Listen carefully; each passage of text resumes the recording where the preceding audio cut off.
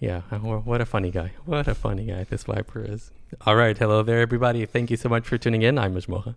And I'm TheViper. And this is episode 5 of the Town Center, your monthly podcast dedicated to all things Age of Empires. Today, we're back to the beautiful Gamer Legion house. And for this episode, we'll be joined by a beautiful guest. Mr. JorDan himself has accepted our invitation, and he'll be joining us on a call for the second part of the show. We did try to get him here to come to Berlin, but I guess, Viper, you're just not that good of a friend. You could not convince him to come here. So he wanted to come here for me, but all the other factors were... I've been implying I was the cause that he wasn't able to come here. And slightly a little bit of a train ride. I did hear he did not like traveling all that much. Something along those lines. I think it's similar to me, where it's like just sitting idle and doing nothing is not something we like to do.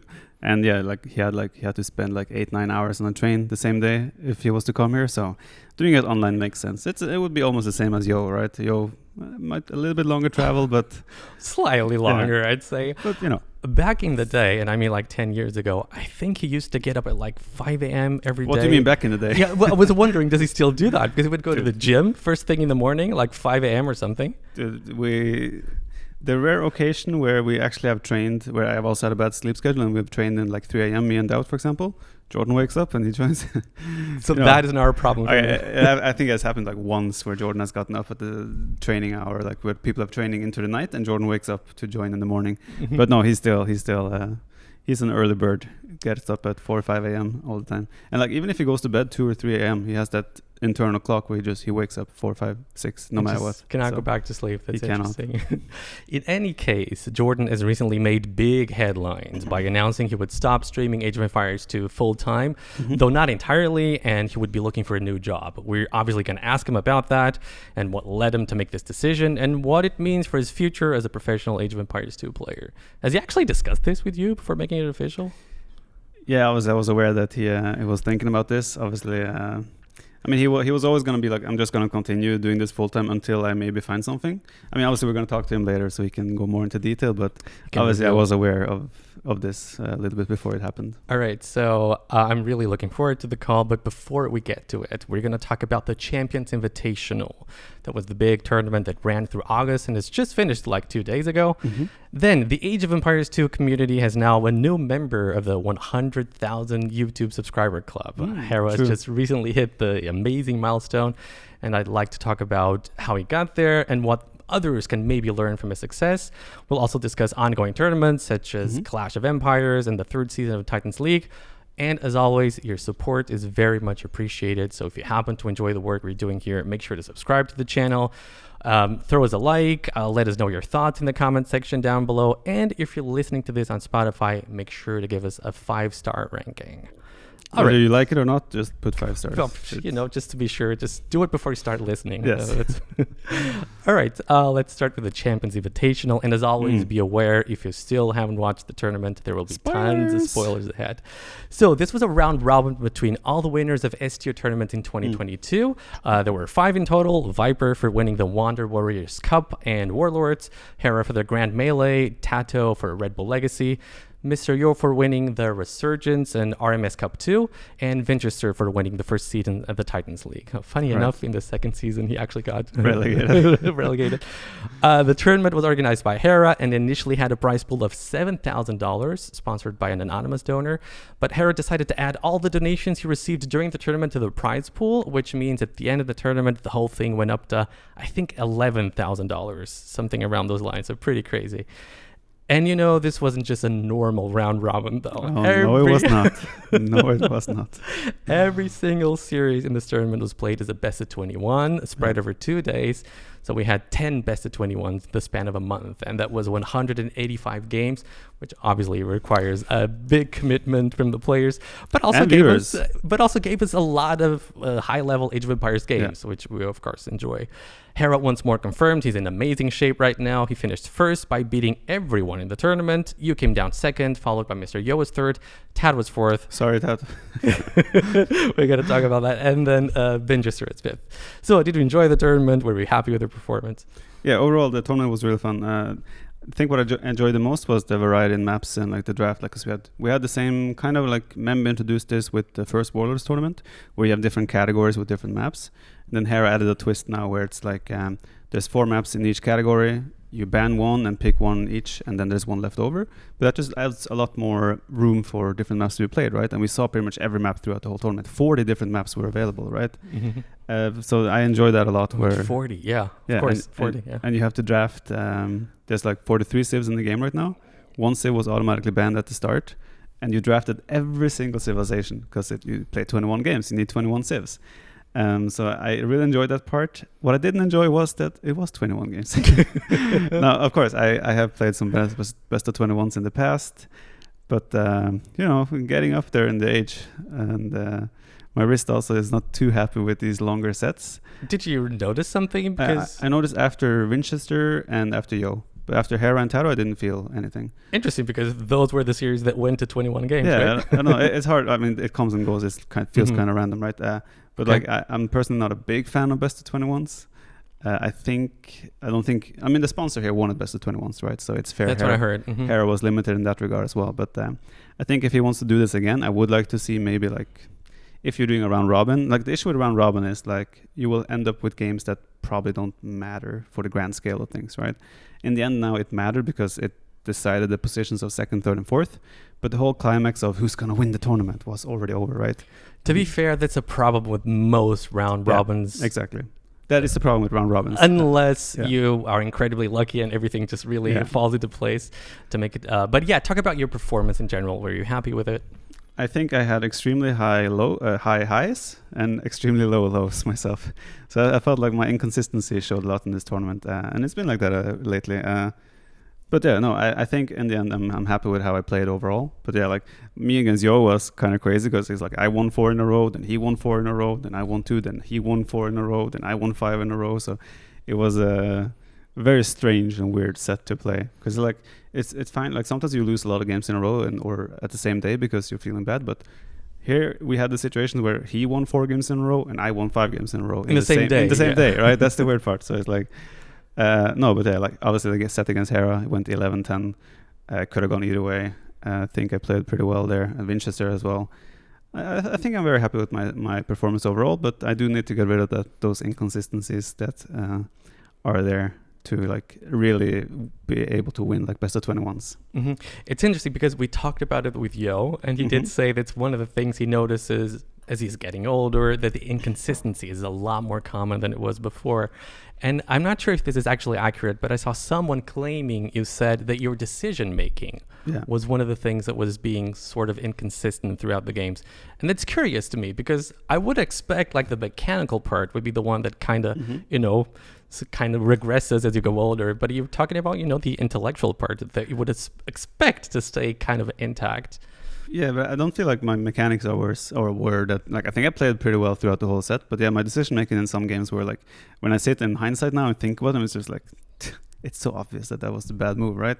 I don't know. It's like maybe it's just like, I don't know. But that's as well where it's weird because I would like make weird decisions 4 or 5 games in a row, and then suddenly I was perfect decision making in the next 5 games.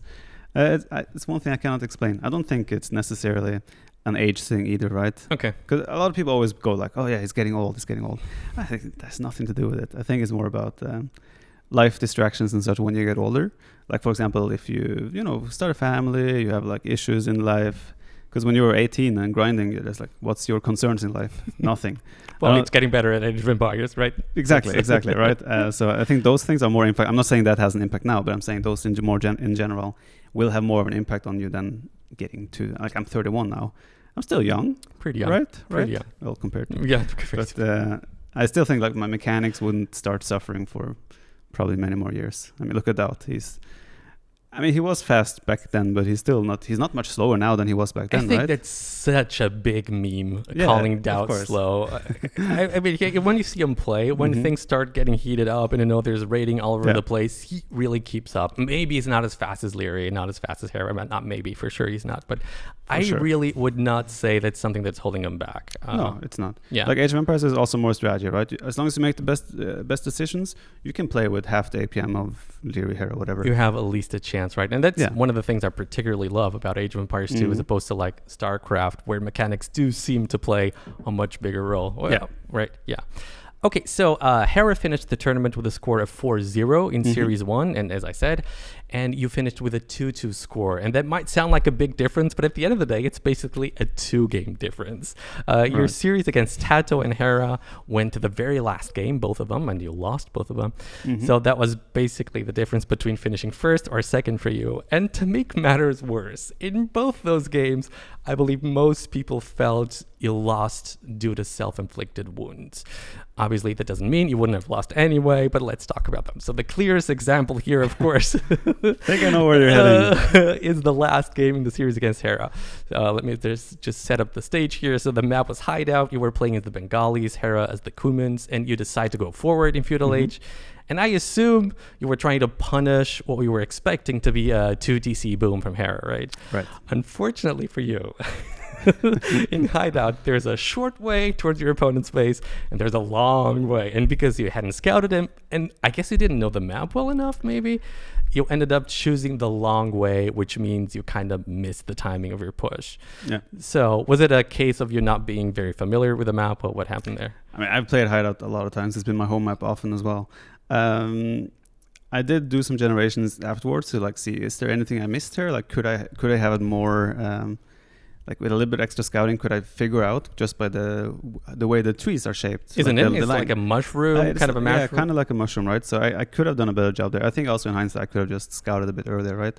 But that's the thing. I mean, like greedy boy. Even if I went the same way, it's against Cumans and Hera, right? It's odds are it's gonna work are still lower than 50% anyway, right? So I don't want anyone to think that I lost because I went the wrong way, right? It's still 21 games, and he had games as well where he made big mistakes. Sounds like some massive cope to me. I was watching DauT casting your game, and he did say, I think it was because the stones were outside or something. I don't remember the exact thing, but he said you could have a chance. It's obviously... Of course, have a chance, yes. He did consider a kind of a civ mismatch, so that Cumans would be superior, if I'm not mistaken. But if you go the right way, he's got stone outside, and there's a lot of things that could go right for you. But also a lot of things that could go wrong, for him, right? Sure. I don't want anyone to sit there and be like, oh, yeah, if I went the right way, I would have won. Right? And this is not taking anything away from Hera, obviously. But did you feel like the game was over right there when you noticed? The second I realized I was walking the wrong way, I was like, okay, well, we'll try to make it happen, right? But I pretty much knew that this was over. It was over. Did you think about going back with your villagers? I actually clicked them back for like 2 seconds, but then I realized I already walked for 15, 20 seconds. I cannot go back. It was just one of those. It is what it is. Yeah. It was a shame. I mean, the worst part about this was like, I don't mind losing, right? But it's a bit sad that was the last game, and the way it played out. And, at the end of the day, if you win, well, of course, but it's only 2 games, like I said, that kind of separated you from the victory and the whole thing. Okay, and then last game of your series against Tato, the map was Haboob. You were playing with the Khmer and Tato with the Celts. I was watching the game on Dave's channel, I believe, and he was losing his mind because you didn't wall your wood line, and Tato just kept raiding it over and over again throughout the whole game. But for me, what surprised me the most was actually the fact you opened archers with Khmer in such an open map. The Khmer obviously have very good farming economy and good cavalry. Celts have horrible cavalry. So I was very much expecting you to go mega scouts and just raid them everywhere. But you didn't, so I assumed that would be the wrong approach. Would you care to explain why?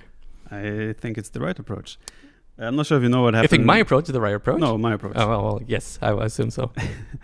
I don't know if you saw what happened in Dark Age, though. There was some laming involved from Tato. Oh, I think the caster missed. I'm going to blame it on the caster. Yeah, he lamed the rhino, and he came to my woodland as well and tried to wall in my woodland. Oh, right? Yeah, I did see that. So there were complications in Dark Age, and he had militia as well. He went for a drush in Dark Age. So there were complications that led to me rather wanting to just get some archers out to clean up and get some control of the game and transition to scouts later. But no, Tato did a good job there and punished me as well. Of course, in hindsight, I could have and probably should have done a better job at walling the left side, so he couldn't come in there. I could have done a better job securing my gold. I could have just built a tower. I could have not lost my seed workshop in the starter castle, things like that, But again, it's like when you analyze 21 games, there's so many things. Every single player will look back at all their 21 games and be like, oh yeah, in this and this and this game, I did this and this mistake, It's not like, I know you're pointing it out now because I'm here, and it's also the last, like there was the 21st game in both our best of 21s. But yeah, in general, everyone will go through their games and be like, oh, I should have won this, or this was a bad throw, or things like that. So Yeah, last games are always the one Yeah. that kind of stick and kind of stay in your memory. Yeah, but so despite losing to Hera 11-10, it seems clear to me right now that from all the players who participated in this event and in these particular settings, you're the only one capable of going toe-to-toe against him, at least in this particular settings. What is it about Hera, first of all, that makes him such a tough opponent in general? And what is it about your play style that makes you such a tough opponent for him? Well, I think Hera and me play very similar in some regards. Hera, like we obviously do things different, but like we're stylistically somewhat similar in terms of like we usually have solid defenses. We tend to get away with a little bit of greed and take like some risks defensively as well. Where if we get away with it, we get a lead. If not, then we can die. But I think Hera he's just very consistent, right? Extremely consistent in his defense as well. He's obviously top tier micro, top tier macro. And obviously has come a long way in terms of decision making and performance on not only drafting but like hybrid maps in general, and just like he's become a complete player, let's say, right? Well, in the past he was viewed more as like an Arabia only player. That is long gone. It's long been gone, yeah. Yeah. So it's just I would say it's similar to how people viewed me as well. Where it's just like really really good on every single map and every single format. And when you talk about him being more consistent while defending, does it mean he just, I don't know, never has a hole, never lets his opponent go in? What kind of things are we talking about here, if you want to go a little bit more in detail? It's about just like he always has enough units to defend, right? Right. He always has, makes the right decisions in the defense as well, right? He doesn't overcommit and take a bad fight. He will wait until the right time and be very patient in terms of engaging, right? But obviously that's when he's defending, right? But he's also very active with scouts, so he can be super aggressive at the same time, and obviously it's multitasking. He's probably the fastest player amongst the top players at the moment, right? So there's just a lot of things in favor of him in that case, right? So just complete player. And is it interesting because the first part of that, what you just said, doesn't really require you to be very fast, just having I mean the first part of what you said, just having enough units at home to defend.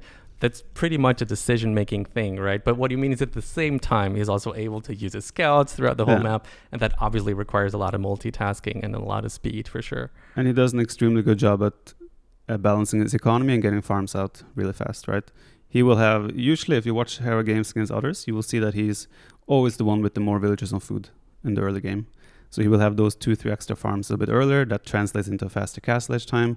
And if he can do that behind the greed of like one range defense or like just defending with minimum units, it usually translates into a good lead. Mm-hmm.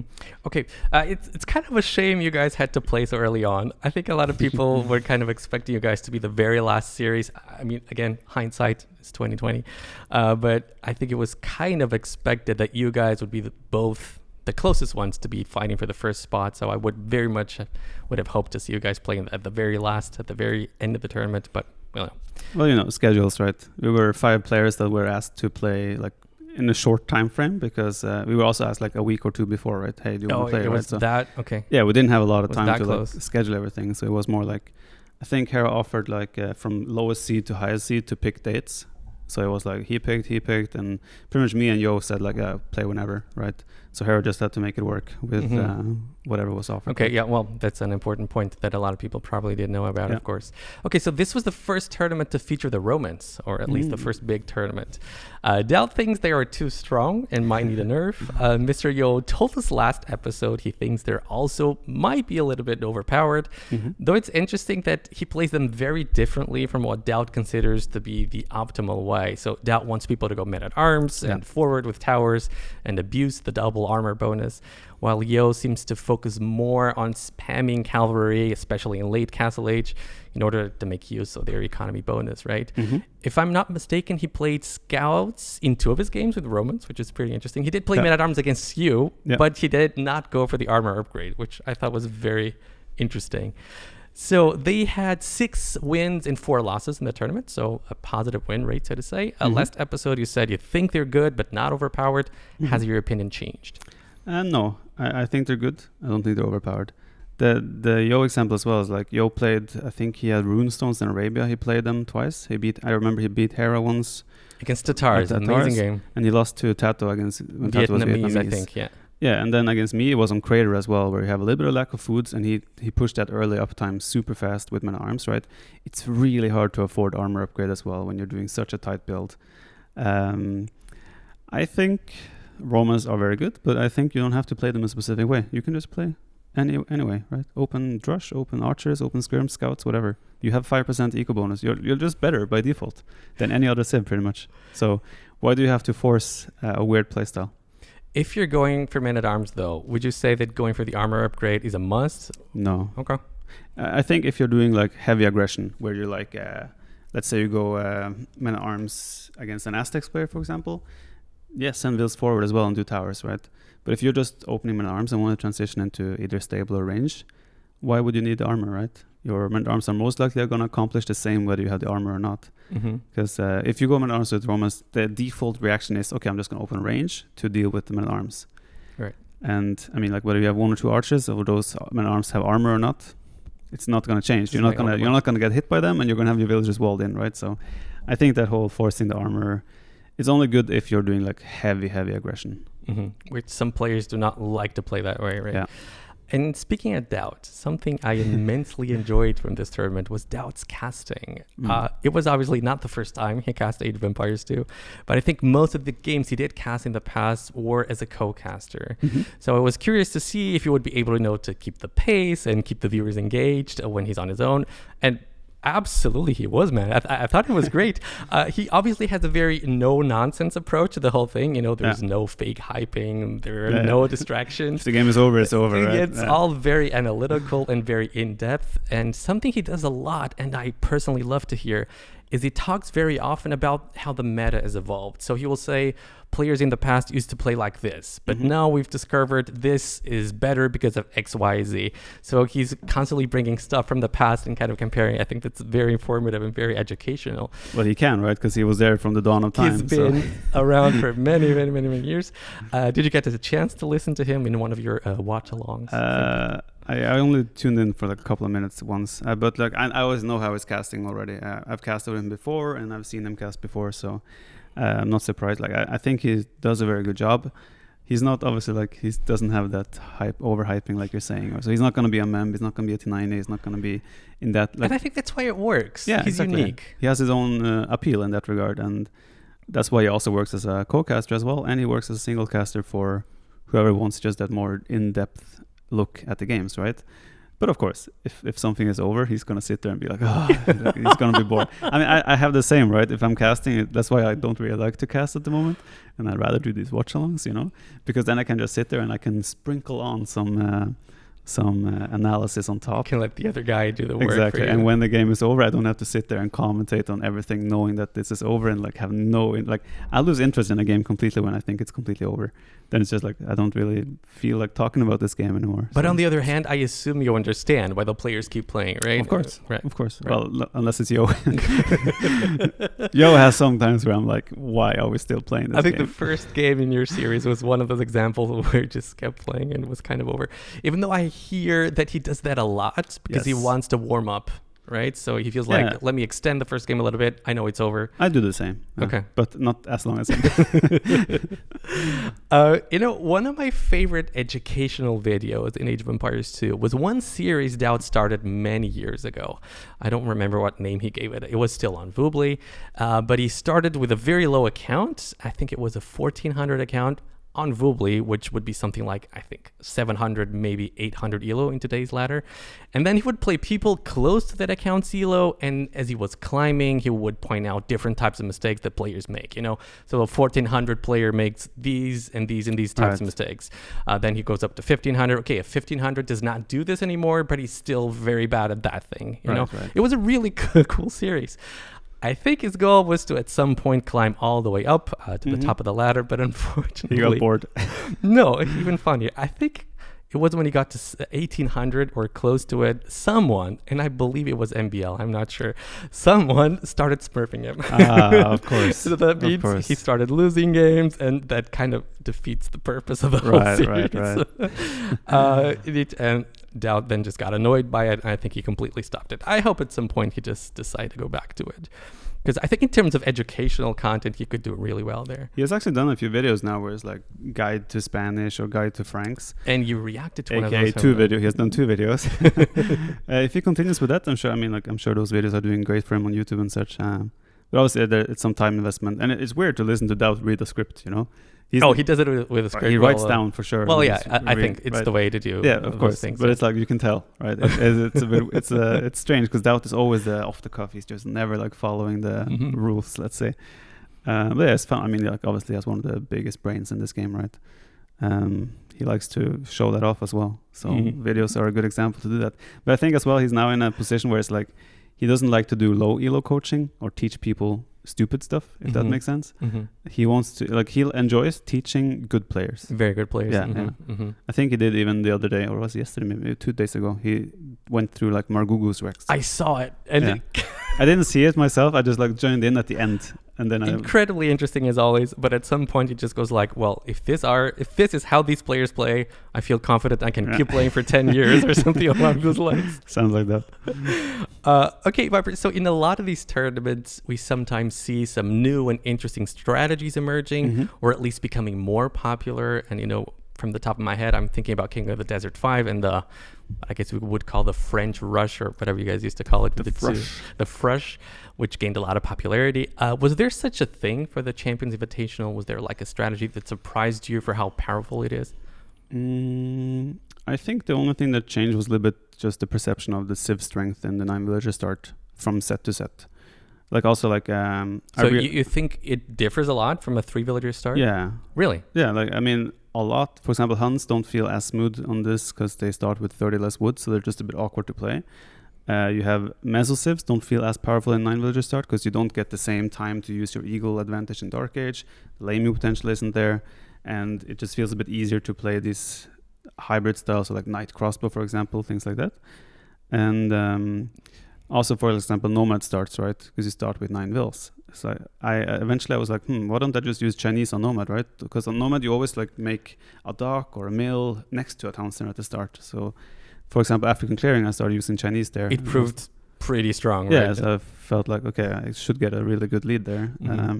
Obviously, I didn't win the game against Yo on that one, but yeah, I think it was more like just change the perception of powers and civs that changed from set to set rather than like any like developed meta.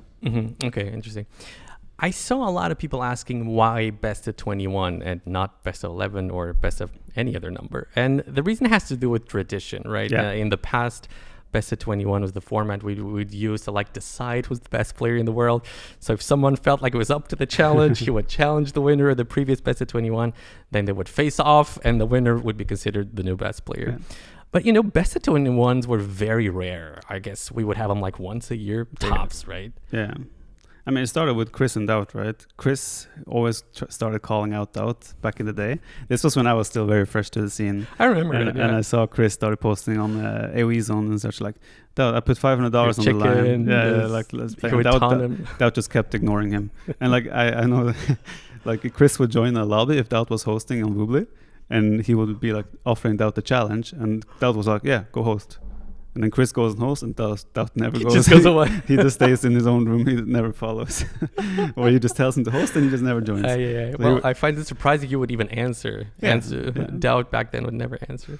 Yeah, so having 10 best of 21s in a month would be something completely unthinkable back then. I mean, I feel worse for casters and viewers, honestly. Like, as a player, I get to play 3-4 of them, right? So it's a bit easier for me, but... for all the viewers, I imagine it's very hard to follow as well, right? Because it's 21 games between every single player. That's a lot of games if you want to watch everything. And also as a caster, right? That's a lot of games to cover. To be fair, I think most of them are used to like spend a couple of days just streaming Age of Empires 2, but I do think it's a little bit more tiring when it's always the same players because you can't keep bringing stats about players because it's always the same kind of guy, right? Yeah. It makes it a little bit different. One of my all-time favorite series in Age of Empires, still to this day, is the best of 21 between you and JorDan back in 2014. I think we named it... Was it 2014? 2014, 2014, right after the Clash of the Titans. A long time ago. pretty much almost 10 years. I think we named it the Duel of the Century. I'm not even sure anymore. Big words. Well, but did live up to the hype, I would say. And I do respect tradition and understand the decision of going for best of 21s all across the board for this tournament.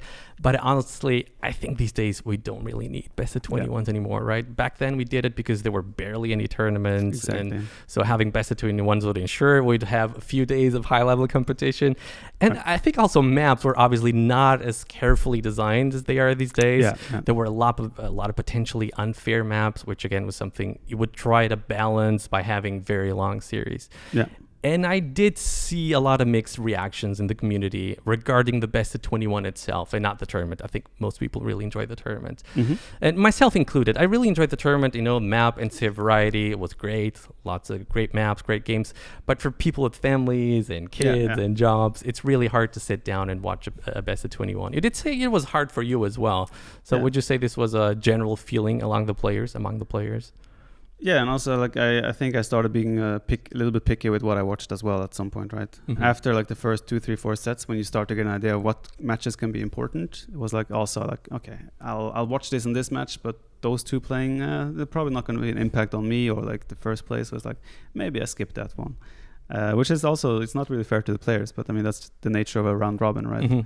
So I mean, if it was all best of 7, best of 9s, easy, I would have watched everything and followed everything 100%. But it's just too many games. And then you could bring more players, which I think might be something worth considering in the future. All right, so we usually like to talk about viewership numbers for these big tournaments, right? But in this case, I don't think it makes a lot of sense to talk about it, because it feels to me that getting a very high peak was not a priority for Hera.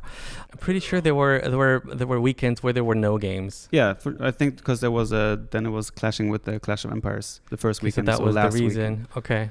But I think the weekend before, me and Hera played during weekend. Well, in any case, if you really wanted to maximize viewers, you would want to play on a weekend, which is something we did not do. But I think the goal was as well just to, since we're just sneaking this in there, right? We didn't want to clash with any other tournament. That were pre-planned. Fair enough. Because this was more spontaneous tournament kind Absolutely. of thing. But then again, you also, round robin from a viewer's perspective is probably the least interesting format for a tournament.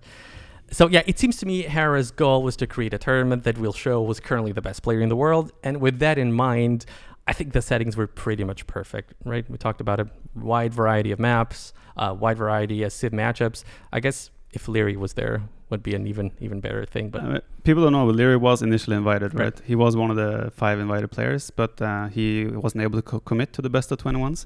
That's why you can also argue maybe best of 21 is a bit too much, because not everyone can potentially commit, right? Right. Obviously after Leary declined, suddenly Hera had to figure out okay, what do we do now? Do we invite another player? Do we just play us 4? And then it was just names were mentioned: Villesse, ACCM, Winchester, and then. But it's hard to decide why these guys and not others. Yeah. And then the stars aligned. Wait, everyone who won an S tier tournament last year, if we invite Winchester, perfect. It can be like that. I'm not sure if he's going to continue with that if he does another one next year, which I think he will, because this was a success. Sounded very much like he would try to do it. Yeah, exactly. But then again, does he follow with only inviting S-tier winners? I mean, next year, who knows? Maybe there's only one S-tier winner, right? And I hope not. And I'll tell you why. When Hera was here with us, he told us he's very much considering organizing a LAN tournament in South America at some point. But so far, he hasn't had any luck getting Microsoft involved in it. And from what he said, I might be reading too much into this, but it sounded very much to me like one of the problems in the discussions with Microsoft was that he isn't necessarily a tournament host, and he hasn't really organized a large-scale tournament before, so he has basically nothing to show. Well, exaggerated, of course. Now, I obviously want him to succeed in making this tournament a reality, so I do hope that at some point, whenever he feels the time is right, he decides to organize a tournament that is very much geared towards the community at large, inviting more players, or maybe no invitations at all, and geared towards maximizing his viewership numbers, which I believe is pretty much what Microsoft cares about. They want to see high viewership. I think they want to see watch hours. Which is kind of correlated. Kind of the same thing, yeah. Because, I mean, he's such a big content creator and commands such a large audience these days. So I think if he gets the settings right and the schedule right. Right. Semifinals on a Saturday, finals on a Sunday, stuff like that. You're talking online now, for now. Right, for Online, sure. yeah. Because I think it's going to be really hard for him It's really hard to convince Microsoft to invest on the LAN without seeing anything six-digit before. numbers. Exactly. Yeah. I mean, the only thing they have to show for right now is the King of the Desert thing that he had, where they had like a watch party. Where after Right, after which King is of the Desert, very he went- different exactly. from organizing a tournament. And I think if he does go ahead and do something like that, and I'm sure he would have really good numbers, I think that would improve his standing, in the Yeah. negotiations with Microsoft. Like, so I do hope he... If, for example, T90 showed Hidden Cup numbers and went, hey, I want to make a LAN, they sit and play with their Macs or whatever. That's a huge... Microsoft would probably be like, yeah, let's do it, Right, I mean, right. you see the amount of support NAC has gotten as well. NAC started fully self-funded, right? Nearly pretty much paid out of pocket, and sponsor was the community. And that was NAC 1, NAC 2, I think he maybe you're got going a back little to NAC 1. all the way back, right? Yeah, he started from scratch. Like, that's and exactly... community just kind of Hera showed up. Yeah. Starts from scratch now. There's some couple of online tournaments, and he's like, oh, I peaked on like 15,000 viewers on this tournament. Like, overall, we had 30,000 viewers, right? Mm-hmm. It goes to Microsoft. I provided this. Why? Like, we can try to make, like, we have seen so much interest in... He wants to do a South America LAN, right? Mm-hmm. It's like we had this small LAN event, and there was like 1,000 people there, right? This has so much potential, right? Yeah. Slowly and steadily, you might build up to something where Microsoft is like, you know what? Yeah, let's do this. Right. I think Microsoft wants to see some experience. They want to see he's been doing this before, and so if he does decide to do something like that, I do hope. It is very tricky though, because Hera now is, I mean, a lot of people argue he's the best player, right? So is he also going to run around and host tournaments? He needs to delegate some work for sure. Exactly. It is a bit hard, because I remember when I did Open Classic, it was like I was one of the favorites for a tournament, but I also felt the pressure of like I wanted to like cover the whole event, and that was exhausting. So I think he should also delegate, but that's also where it's like I just put my name on this tournament and then I have nothing else to do with it, kind of. I think that's fine. I also think it's fine. Yeah. As long as people know at the end of the day you're making the decisions, maybe not admin decisions, of course, but in terms of format, stuff like that. Yeah. I think that's totally fine. I agree. And if you have the possibilities, you can pay someone to do that for you. That's what I also said. If I ever do an Open Classic 2, I will just put my name on it. If I ever do the rules, do I hear something and everything, and then I'm like, okay, when the tournament starts, I'm not doing anything anymore. Everything else is on the admin. I think that's totally fine, actually, because you're still putting your name behind it. Your audience is going to be there. That's still totally fine. Okay, but Viper, it feels like wherever you look, things just keep getting better and better for Hera. In the month of August, not only did he win the Champions Invitational, but he also broke the 100,000 subscriber milestone on YouTube. This is an amazing accomplishment for him. I think right now, in the English-speaking community, there are only 5 channels with over 100,000 subscribers. That would be you, T90, Spirit of the Law, Zero Empires, who doesn't really upload videos anymore, but and now Hera. There are a couple of Spanish-speaking YouTubers with very large channels too. Nacho AoE comes to mind. Mario Valle, I think. Ovage. No, okay, thanks. Locoser, something. I'm not sure how many of them are over 100,000. Nacho for sure. Mario Valle for sure. Yeah. I mean, no offense to Mario, of course. It's just to know how to pronounce it. So your channel right now sits at 270,000 subscribers. So you obviously have a lot of experience when it comes to YouTube content. What is Hera doing right here? Right now, I've noticed the last 3, 4, 5, 6 months from his channel, he's doing a lot of more produced content, if you get what I mean. It's like he has his editor that he's working with, and K1, and they are producing content nonstop, different interesting topics like people are interested in, right? I think he recently, I've seen on Reddit, there was like a clip that showed like what unit counters what, right? And there was like a line of what units counter this units, and I assume he did that for every single unit. So like content like that surely is a hit with an audience that always have like, people are curious about top players and high profiles opinions on things in general. I've noticed. It's weird, right? But it's the same like whenever like Spirit of the Law could be making a video that he on paper has no idea about because he's not a top player. He can obviously put in the work and everything, but like people would still watch because of Spirit of the Law, right? Because people are just interested in their opinions. And Hera now has started producing a lot of like he has the how to say, he has the level and the knowledge and such to back up a lot of what he's producing as well, right? So he can go out there and say, hey, yeah, this is how it works because and it's backed up by my experience. Exactly. And if you put a well-edited video behind that and all these different interesting topics that he's doing, and he did an amazing like react video to like an amazing video as well just now. It was my video, but just in general. Wait, we're just done with the map pool. Yeah, exactly. I did see it. Yeah. No, I think he's just doing a lot now in terms of like spreading his wings as well, in terms of, like he's done a lot of like a tutorial kind of like learning people how to play, but also interesting as just of a viewer type of thing. So I think that he started doing that is helping him a lot in his recent growth, and not just like gameplay videos, which like a lot of people in Age of Empires, they start a YouTube channel and they just post they just cut their clip, what's it called, when you just bring a clip over from Twitch to their YouTube channel, and they're like, that's the video. I'm guilty of this as well. I post a lot of gameplay videos, but I also do a little bit of edited content. But yeah, I think you need to sprinkle that on top to be successful.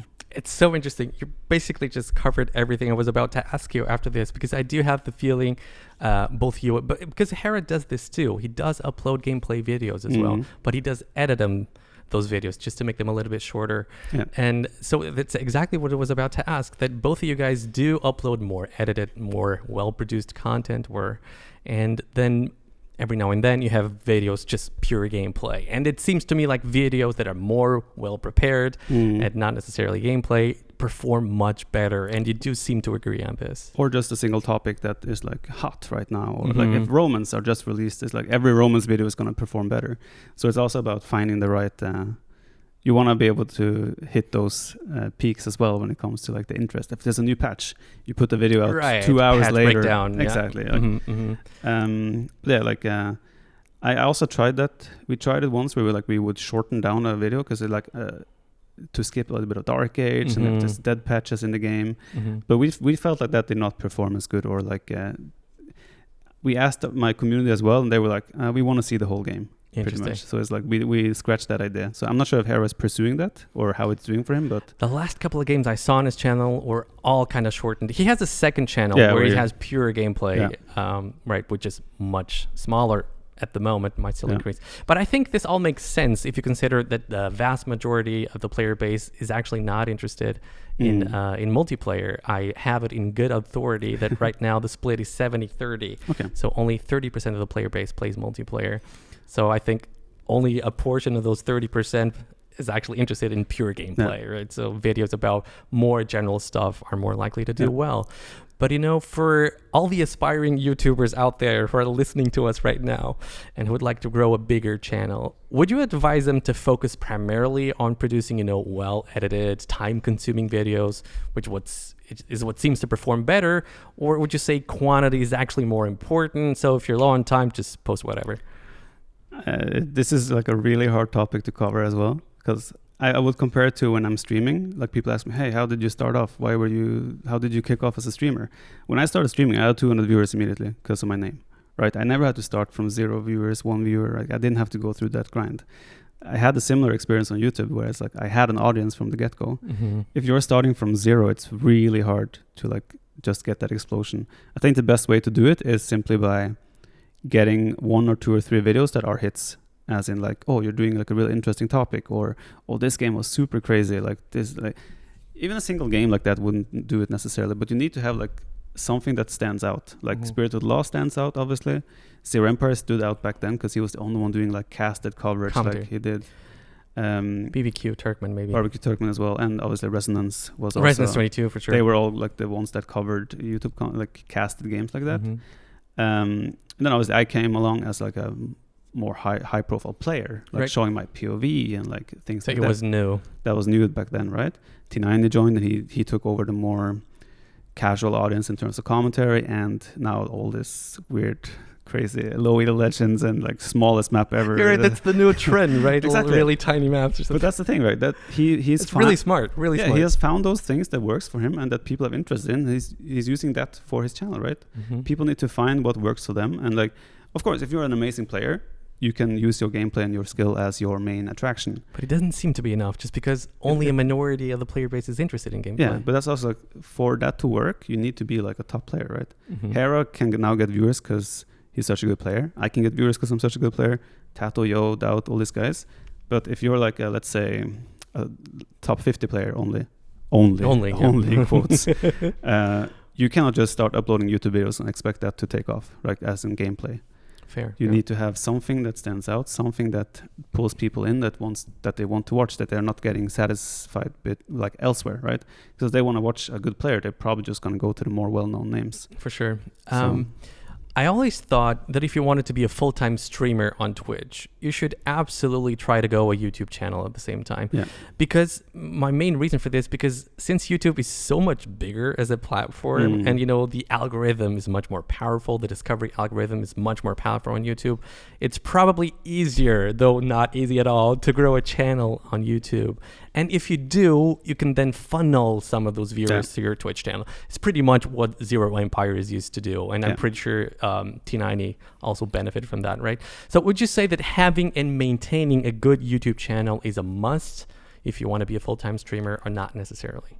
Not necessarily a must, but it certainly helps because like discoverability on a streaming platform is way harder than on, as you said, YouTube. People only check the first two streamers in a category, right? Yeah. And if you have a YouTube video that does well, suddenly that is pushed all over the platform and you're getting like hundreds of thousands of views suddenly because you hit that one lucky video and that blew up, and suddenly like your subscriber numbers increases by 100 times.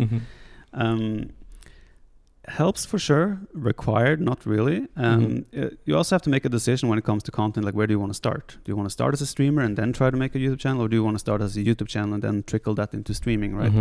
So there's always the balance to find there as well. I mean, we've seen like MBL now has gone full time, the reverse Uno card from JorDan.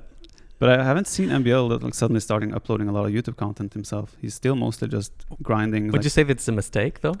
I think he's making I'm scared it is a mistake. Yeah, like right now MBL is, I think he's in Taiwan right now on vacation with his girlfriend, but like I'm not sure like how much he has really stepped into those full-time shoes yet.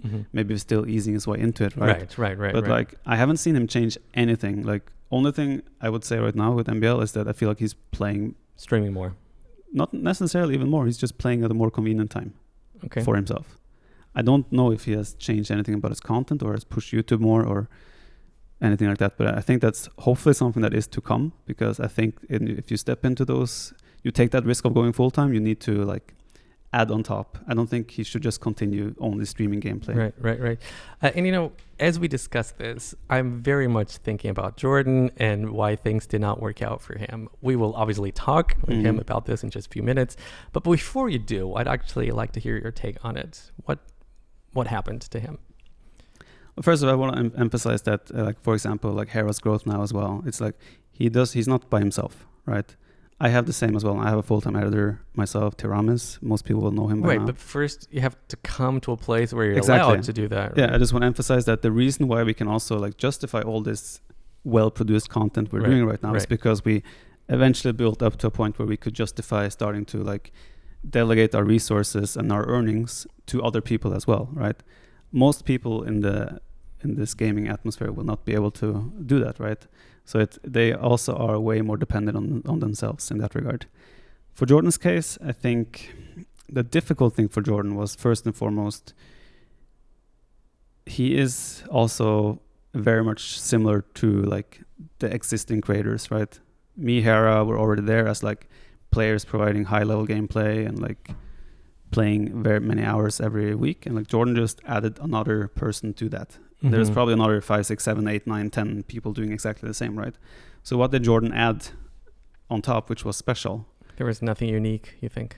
Not necessarily. I mean, he obviously put a ton of effort into it, and he also hosted these small events, JorDan's Medieval Brawl, etc., the Resurgence. He did things, but I think the issue for him was mostly that the market was saturated in his regard.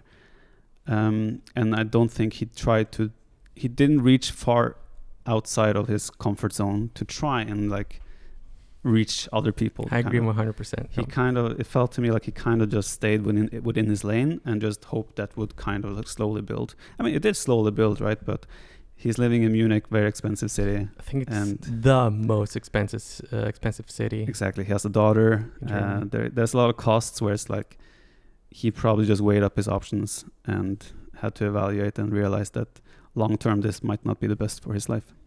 That's an incredibly interesting point I hadn't thought about. What I did think about, and going back to this YouTube thing, is that it felt to me like there was not a lot of effort put into maintaining a very good YouTube channel. There's a lot of videos of pure gameplay videos, but very little content that's well produced, which seems to perform better on YouTube. And I know, easier said than done. You need time, you need all of that, those things. Skills to edit as well, for example. Or at least get someone who can do it for you, for sure. So would you say that might have played a role too, because his YouTube channel didn't really take off as far as I could see? I was one of the guys who pushed JorDan to like push for YouTube content. Like I told him, if you're going full-time here, like you really want to push your YouTube channel as well, right? He did get a guy that made thumbnails for him. I'm not sure if you've seen his channel. There's a lot of weird JorDan faces on thumbnails. It's maybe the same Akame or Bagdan. It's probably the same who used to do YouTube thumbnails for me. But like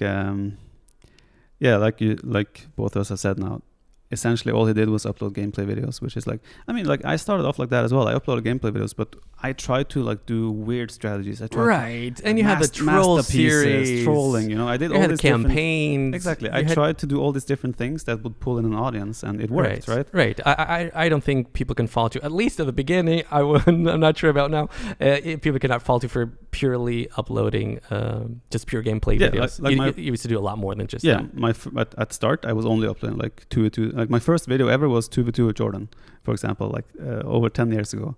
So I obviously started only like, okay, I'm a player. I like people to watch my videos. I'm just going to upload my videos to YouTube, right?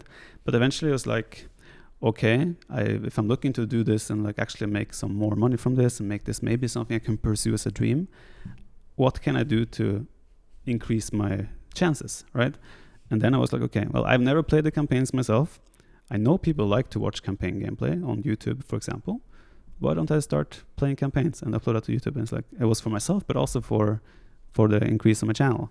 Masterpieces, trolling, all this stuff, right? I think you need something that I would say just kickstarts you to a certain extent before you can start justifying as well a little bit more of the generic content, so to say. I think one of the big differences is that back then, when you started your YouTube channel, nobody was thinking, I'm going to go full time at some point. Nobody was thinking about that. And something that seems to be shifting now is that there are a few folks that come into the scene and think, I'm going to try to be full time. Right. And that's a huge shift, because nobody even thought that was possible when you started making a YouTube channel, right? Yeah. And so there's a lot more pressure. You had no pressure when you were uploading those 2v2 games. Dude, I couldn't in my wildest dreams imagine that when I started uploading stuff that I would sit here even like, obviously have a podcast talking about things. It's so amazing for those of us who have been around forever. And, you know, just as a funny aside, speaking about growing the game and growing channels, last episode, we talked about the fact AoE 2 might be going, who knows, free to play at some point in the future. And then just a few days later, it was announced AoE 3 would go free to play, or free to play-ish. Yeah. And it looks like it was a massive success. If I'm not mistaken, over 200,000 people have tried the game in the first month. 200,000 people.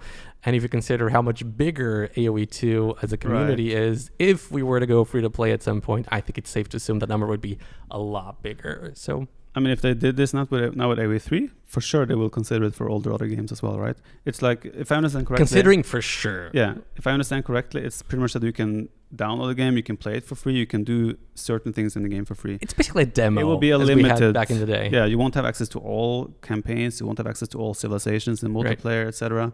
So, but that's still, I mean, it's a perfect way to try a game, right? And they do have skins though, like hero skins and stuff like that. They do sell those cosmetic packs. I think that's what they call them. Okay. Cosmetic packs. So we're gonna get William Wallace skin. Rondoch. Or I know, scouts with the Viper face and stuff like that. Dude, I would love that. As long as I get my royalties. And on top of that as well, we have now I saw someone on Reddit posted like there's a new thing added to the app in Age of Empires 2 on Steam, something. Right. So there people are theorizing whether there's new DLC coming, but then someone suggested as well that it's also something for Return of Rome. But one guy explained in the Reddit comments, I think Flu's World, I think was his name. Right, very active community member. Yeah, explained that it is independent of Return of Rome because those campaigns are already available in the public update preview. Correct, right. So who knows? Something... Probably a DLC, something along those lines. And from our other Age of Empires neighbors as well, AoE 4 game is now available on Xbox as well. Huge news for the AoE 4 community. Just like AoE 2 was, and I think there's a new DLC coming there as well with Japanese as a playable civilization, if I heard correctly. So, I mean, Age of Empires still continuing strong. Like Zero Empires famously said, a rising tide lifts all boats, right? And we're all still under the same franchise, so... Absolutely. And at the end of the day, I think this is very important to keep in mind. The studio managing all the games is the same. So if you want our game to do well, we should want the studio to do well, right? Okay, so let's quickly talk about the ongoing tournaments. T90's Titan League Season 3, which is basically the closest thing we have to a Pro League, the Age of Empires 2 community, is well underway. Right now we have the Gold League matches happening, so that would be sort of the second league, or the second division. And having a quick glance at the table, it seems like there haven't been any huge surprises so far. And then there's also our good friend of the show, Nilly, who's also participating. He's right now 1 in 3, I believe. So 1 victory in 3 matches. Still has chances. But he's arguably faced the 3 strongest opponents in his group. So how do you rate his chances, actually, to make the playoffs? Good. He has trained so hard this last couple of weeks. I really wish well for him this tournament. Actually, I told him I would help him look through his recs today, but I forgot I was going here to shoot the podcast, so I had to cancel that. It's not my fault. Sorry. But yeah, no, he's putting in all the work, and I really wish he does well. Like I think he's doing pretty well so far as well. There's still some lack of his usual mistakes and flaws in his gameplay, but I mean, he's putting in the work. I hope he does well, and I think he has chances to not necessarily be promoted, but to stay in the Gold League, which would also be a success for him, I think. And then the first division of the Titans League, that would be the Platinum League, starts September 4th. That's next week, and this is where you'll find all the big names, such as Mr. Viper here, Hera, Leary, Yo, all those guys. You're the reigning champion of the Titans League. You beat Hera in the final of Season 2. I'm washed up. I think you were given a pretty tough group this year, right?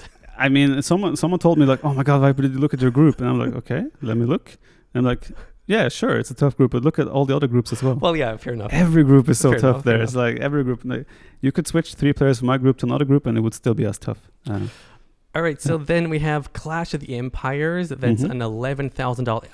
Some places say 11,000, other places say 12,000. So don't even know anymore. Something in that range. Right, so that's hosted by Nacho AoE, who's we just talked about him before. Actually, he's a very big YouTuber in the Spanish-speaking community and a really nice guy. I like him a lot.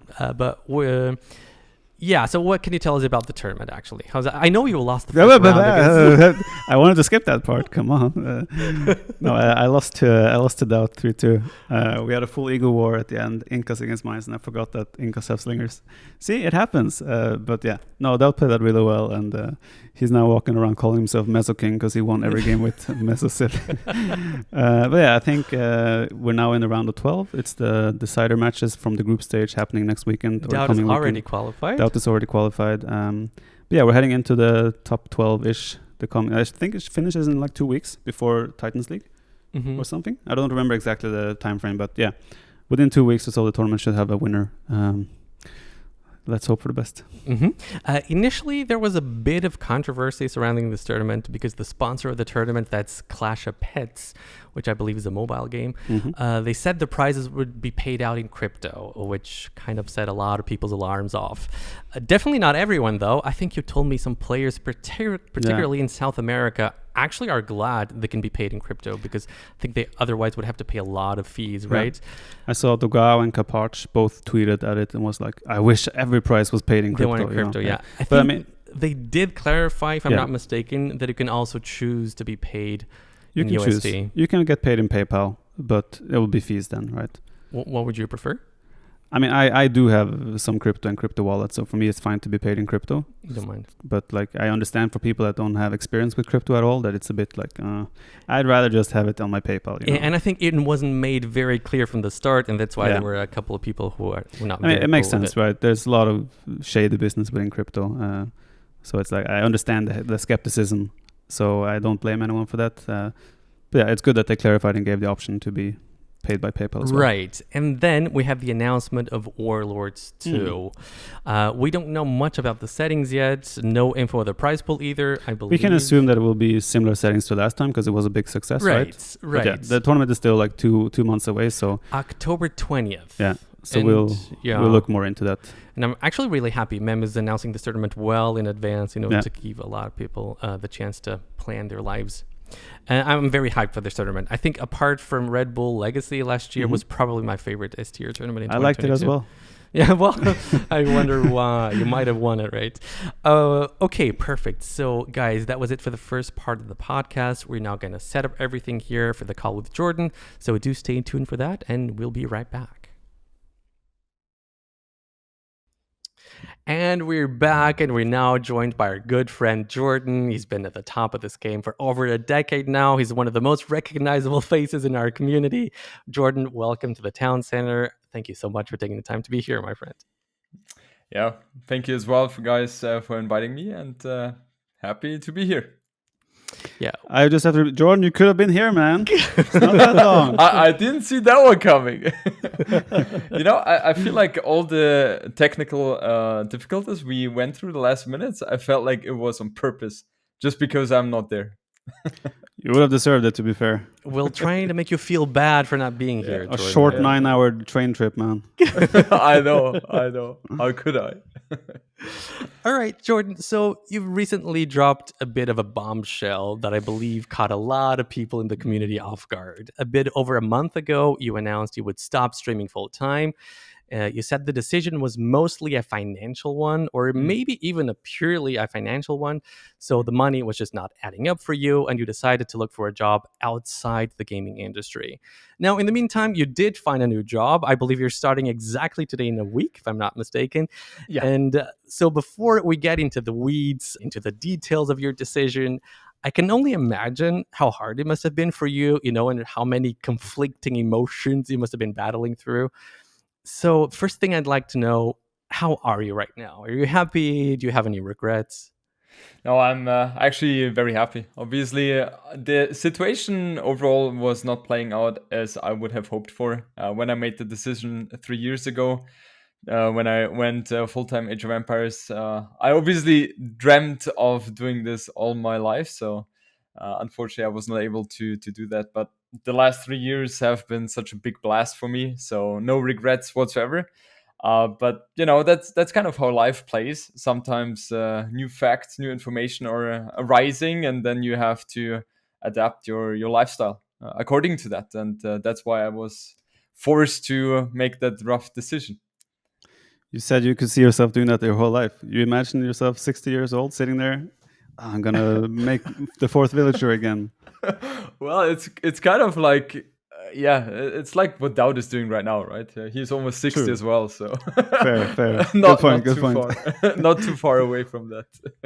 It's interesting because it's something that for us to think about someone who's 60 years old and is playing computer is obviously unimaginable. But I'm pretty sure we're 40. I'm almost 40. You guys too? Don't laugh at me. No, we're young.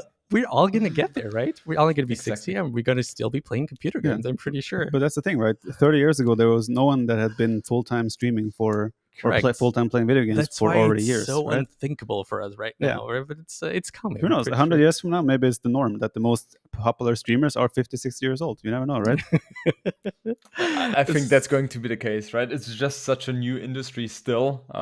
So I think in 20, 30 years, it's going to be just totally normal. I would not be surprised to see Viper with 50, 60 years old still doing his thing. People are going crazy. Quick walls. Yeah, exactly. Did you just say 56 there, JorDan? I think that's a German thing. You wanted to say 65, but it's well known that Germans say the numbers the other way around. Because we were talking. Thought it was a funny little thing. It's old either way. I don't think it matters. Fair enough. JorDan, I'd be curious if you're willing to share, of course, what is this new job that you just found, and is it a full-time job? It is a full-time job, yes, and I will be working for Mercedes, Wow. a manufacturer for German cars. So I a think we know very common that. one. Most people. I think we know what Didn't know Mercedes-Benz is. Yeah, I think we've heard about it. Yeah, and I'll just work as an IT project manager there, just in a very, very small dimension, right? But I think it's very good for me to get in there with the first step again, and then let's see what the future brings. But very excited for the upcoming months, so to say. That's awesome. obviously I've known about this for a while now already. Yeah, So I it's think so. some part of me asking some questions here might be a bit weird, but either way, let's like you obviously have thought through this for a long time. When did it first start for you, like to get those feelings of like doubt, like maybe this is not going to work out. Maybe I need to start looking for something for a, in quotes, a real job again. Yeah, I think the first time I had that thought was around end of 2022. That was the time where I felt like the financial situation has decreased a little bit in terms of the amount which was going through in terms of Twitch that I was able to gain there. And I saw a steady decline over months. And when it reached February, March, I felt like, okay, this is not just a seasonal thing; it is just Right. a trend going there. And going through April, May, I was like, okay, it's getting even worse. And it's not like I streamed less compared to in the past, right? So it was somewhat the same amount of stream investment, but just having a bit of a less revenue. And that was the moment where I felt like, okay, maybe it is not working out for me that well anymore. Okay, you brought up Twitch there. It's like obviously we are all aware. We have discussed on this podcast as well some of the changes Twitch has made. Yeah. Do you think those numbers were purely due to Twitch's changes, or would you say that the revenue would have decreased either way? I mean, most of the income I've gotten was through Twitch, right? So I think Twitch plays a very big role in that. I was trying to establish myself on YouTube as well, but I would never say that I was successful with that at any point of time. So I cannot really say anything about YouTube there, but Twitch for sure. I mean, there are two metrics which were really important, like the sub count, obviously, and the ad revenue. The Twitch sub count was okay, I would say, but then they implemented the change that reduced the sub revenue per user depending on the location. So that was a big bummer, let's say it like that. And the second thing was also the revenue from the ads, and that also when they introduced the ad revenue program, initially it was very healthy for me, but that declined heavily as well. To elaborate, the regional pricing he's talking about is that like Sub-pricing. depending on where you're living, the price will be different for a sub, and they presented it as in like, oh, this is going to be good for everyone because more people can subscribe. There was a lot of optimism at first, but then things, well, by the sounds of it, sounds like for a lot of streamers that didn't really pay off, right? I think on average, people roughly saw a 20%-ish decrease in their sub revenue. It was really brutal. A lot. Yeah. Okay. So would you say, JorDan, there was not like one particular event that kind of broke the camel's back? It was more an accumulation of several different months where you really saw, things go down. Exactly. And so, okay, so it's something that he really considered over a long time, and it was not a snap decision or something like that. Yeah, for sure. I'm not that kind of person to make snap decisions. Viper knows, like, I remember... Can confirm. Yeah, I remember back in the days when he was full-time and I was working full-time as well in a different area. And he was successful with the streaming part, and he was, trying to convince me to try going back to Age of Empires.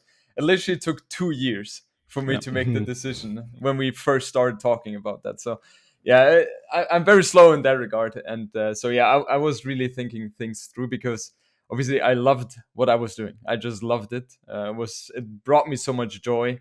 And I was very privileged to live that kind of life for a temporary time, so to say. It was well thought through. JorDan has this face when he's thinking, where he goes like, and like he starts to think. And I remember when I visited him, and like whenever we were on the tram or something, going to the city or whatever, we were discussing about like what I was doing, how it was going, etc. And then like I was like trying to poke at him, like, come back, JorDan is back, And I could tell that he was seriously thinking about it already back then. He's not a guy that makes emotional decisions. It's rationale the whole way through. So JorDan is back from not being back, unfortunately. Yes. He wasn't back after all. JorDan, whenever you make such a big decision and you announce it to an audience, there's a lot of people who do support you and understand, and usually there's also, unfortunately, a lot of people that say some nasty things. So in general, how would you characterize the reaction from your audience whenever you announced it? I have to say, at least from my perspective, it was full support, 100%. Okay, It was insane. Interesting. Like the way of support I've received was way beyond what I would have dreamt of. It was crazy. So many support messages saying that I've brought them so much entertainment. They love me. Some people even went for job offers asking me if I would be interested in that and that and that. Like I had like 15 asking me if I want to apply to their company, something like that. So it was crazy. Many people, or I would even say all of them, who left a message. All of them understood my decision, understood why I had to go that path, and it was just 100% supportive. Yeah. You said you got a lot of job offers, right? So that's like if you're a streamer and you want to switch job, just announce retirement and then. Yeah, exactly. Were all the jobs kind of similar, or was there something like weird and special? Like, did anyone from OnlyFans approach you or something? No. Everything was, let's say, serious job offers. But what are you thinking of, man? No, just like if I get offers from Twitch chat for a job, I'm not going to think it's a serious job. You know? It's usually going to be troll offers, but yeah. No, I was surprised as well. Like there are a lot of people who messaged me then on saying on LinkedIn, these are business sites, professional sites. That's really cool. But I think that also shows like how mature the audience is in Age of Empires, right? The fact that he can like I'm not sure how many viewers you had during that stream, but you make an announcement and like so many offers, like actual legit like potential job offers come in. That means that we have a lot of mature audience that actually a lot of people positions in life. So you have a smart audience, JorDan. That's what it is. well, okay, let's not go that far. The funny thing is, if you connect as well on the platforms, you see what the other guys are doing, and then all of a sudden you see, oh boy, they're actually skilled. They know stuff. Most of them are programmers, and I don't know what, right? So. They were very mature and very knowledgeable, but when they're on Twitch, sometimes they are trolling a little bit. That happens. So on the topic, what's now obviously you're going to start a new career again or a new chapter of your life, but you're not going to leave Age of Empires behind. No. What are your plans now going forward with Age of Empires? So obviously, my goal is to stream very actively, like 2-3 times a week. That's a must for me. And just being part of the community. Also, I want to play competitive, right? It's not just like a side thing where I'm like, just playing random stuff. I want to compete. Especially focus is going to be on the S tier tournaments, because these are also the ones which bring me the most joys. And especially the team game tournaments with obviously GL is something I have enjoyed by far the most. And that's something I still want to be part of, right? So that's clear for me, and I will commit there as much as I can. I think we already saw an example of your prioritization with the Clash of Empires, A-tier tournament, so in quotes, smaller. But in that tournament, JorDan, you were playing and then suddenly decided to withdraw. Is that part of exactly this, that you just want to prioritize differently? No, that has nothing to do with the time management, let's say. It was just me not agreeing with the rule changes that occurred during the tournament. So specifically, POV streaming was not allowed anymore. Interesting. Okay. Essentially. Exactly. Yeah, and that for me personally was a major change, because obviously I am someone who is heavily dependent on the streaming content part, as I'm usually not aiming for the first 3 places in the tournaments, which cash out the biggest money. So I'm heavily dependent on that, right? And if in the tournament it changes while we're in round 3, then that's something at this stage I was saying I will not agree on that. JorDan, if you say you're going to be streaming less, still streaming, but still less than you were doing before, that means you will probably be playing less Age of Empires. So do you expect your level to decrease, or do you expect it to remain roughly the same?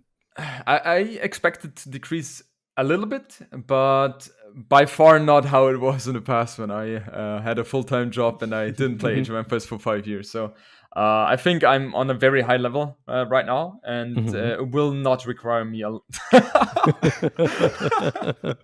Oh, Viper, Mr. 1110, I'm not gonna take anything from you today. No, but I don't expect to struggle too much. I'm expecting to have a high level still. I have a theory on that where I don't think your level will decrease. If anything, I think you're going to feel less pressure to perform. I don't think you feel much pressure already, but like you're going to have even more like lower shoulders. And I think like your hours now invested into Age of Empires will be way more efficient. You're not going to sit and play 7 hours of brainless Rage Forest anymore, right? Exactly. Or 3v1 community games. Exactly. You're probably going to focus mainly when you're playing on the competitive approach. Exactly. So with that as well, like how will your content change as well for your stream? Yeah, that's a good question. I will try to get more team games going, maybe with GL guys. Viper, hello. I'm always open. I thought so, yeah. So stuff like that. I don't think the content per se is going to change too much, but the hours obviously are going to change because in the morning times and early afternoon, I will have my full-time job, and then on the side after that, I expect something like 3 p.m., 4 p.m. German time. I will get Age of Empires in. And also what I think with that change is going to come is that I will have more joy again with Age of Empires, because the last months it has been transitioning more into a work kind of thing where you feel like you're forced to now get 5-6 hours per day, something like that, just to get the hours in. Grind. It's exactly. And that can also cost a little bit of enjoyment. And I guess those negative feelings were connected to you seeing that the money's just not adding up, and there's a lot of pressure coming for you. So that's probably everything combined, right? Exactly. And then also the big part was the topic of pressure.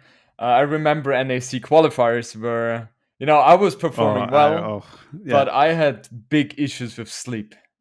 Big issues because there was so much pressure, right? Yeah. Okay. For me, it was not acceptable not to qualify. So I was thinking about Age of Empires nonstop all the time, and I had. Well, you did make 2 it. hours Let's make it clear. Exactly. But the issue for JorDan as well. Yeah, and the issue for JorDan as well, that qualify. I remember that qualifier. I was really worried for him because he also he had one of the later sets, so it was like later on the day as well. Oh yeah. He barely slept, and he doesn't like eating before he plays, so he postponed eating, right? Because you never know when he's gonna play. And then suddenly I think you had like 6, 7, 8 hours without eating, and your games were still maybe like 2 hours away. Yeah. So I'm like, JorDan, man, go eat something. You need to eat something. I was so concerned that he wouldn't qualify there. But I think you did actually grab something to eat. But I'm not sure. Yeah, usually in the end you qualified, so it worked out. But yeah, that was one of the times I've been concerned, like really concerned. At that point, I realized, okay, this is not healthy for me anymore. I need to change something, right? So it's like the amount of pressure I have during those times is not healthy. I need to adjust something. Do you see this fact that you're stopping your full stream? Do you see that changing your relationship with Gamer Legion in any way? I hope not. Gamer Legion for me personally has been the biggest positive part in Age of Empires from like the external organizations. And I've had only positive moments with them. It's like I feel very, very privileged to be part of Gamer Legion. And, two parts of that, obviously me being able to play with my best friends, which I've been playing with for years already. So just being able to still be part of that team is insane for me. And on the other side, Gamer Legion is such a great organization doing so many things for Age of Empires. And I'm, as I said, very privileged to be part of that team. And I hope it continues like that. Mm-hmm. How did Gamer Legion react to your decision? I would say very understandable.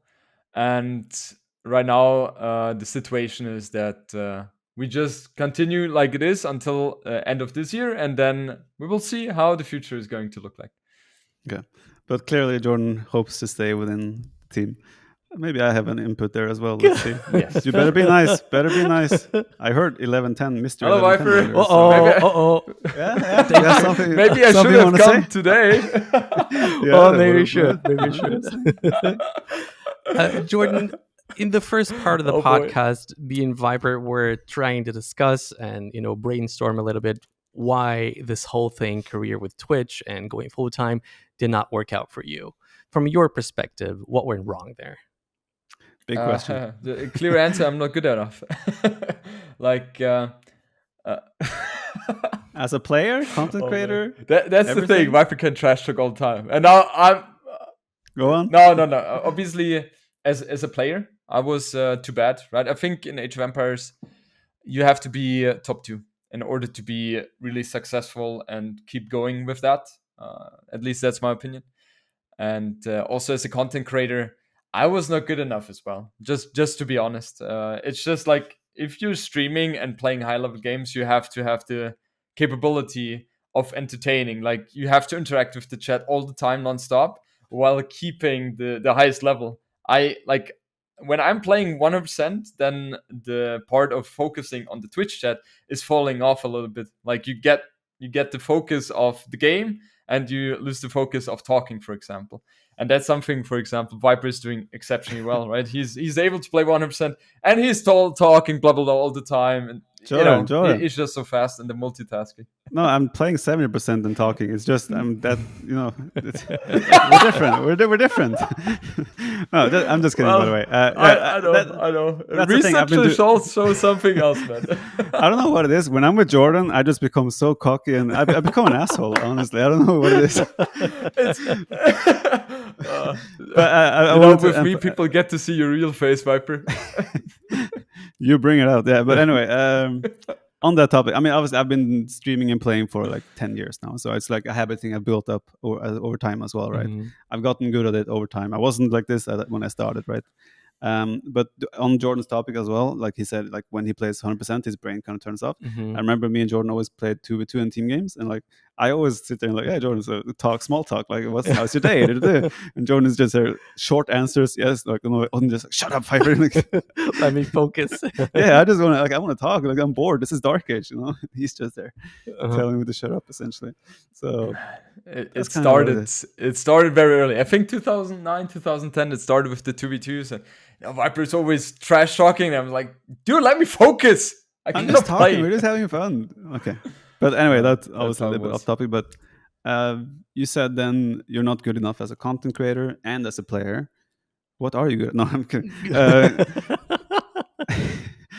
Right, JorDan, so you were mentioning that you yourself viewed that you were not good enough as both a player and a creator to make it as a full-time streamer. Is there anything you think you could have and should have done differently? I would say no. Otherwise, I would have come up with it. Because I was investing a lot of time into Age of Empires, and I was thinking a lot about it as well. Right. So, yeah, I think other people could judge that better. Maybe you, Viper. What could I have done better, man? I have a couple of things I have told you some things as well in private as well, but we can... I can reiterate it here. Like, for example, your streaming hours, right? Yeah. You always prefer to stream in the morning times, early hours for EU, which is not a great time zone for like a large portion of the audience, which is also like the Western side of the world, like America, South America, right? Yeah. You stayed within that no matter what. You very, very rarely streamed into the evening hours. That was only when it was like a tournament or something you were covering, casting, whatnot. And I think you lost out a little bit of potential on audience through doing that. Mm-hmm. That's one of the things I would bring up. What do you think about that?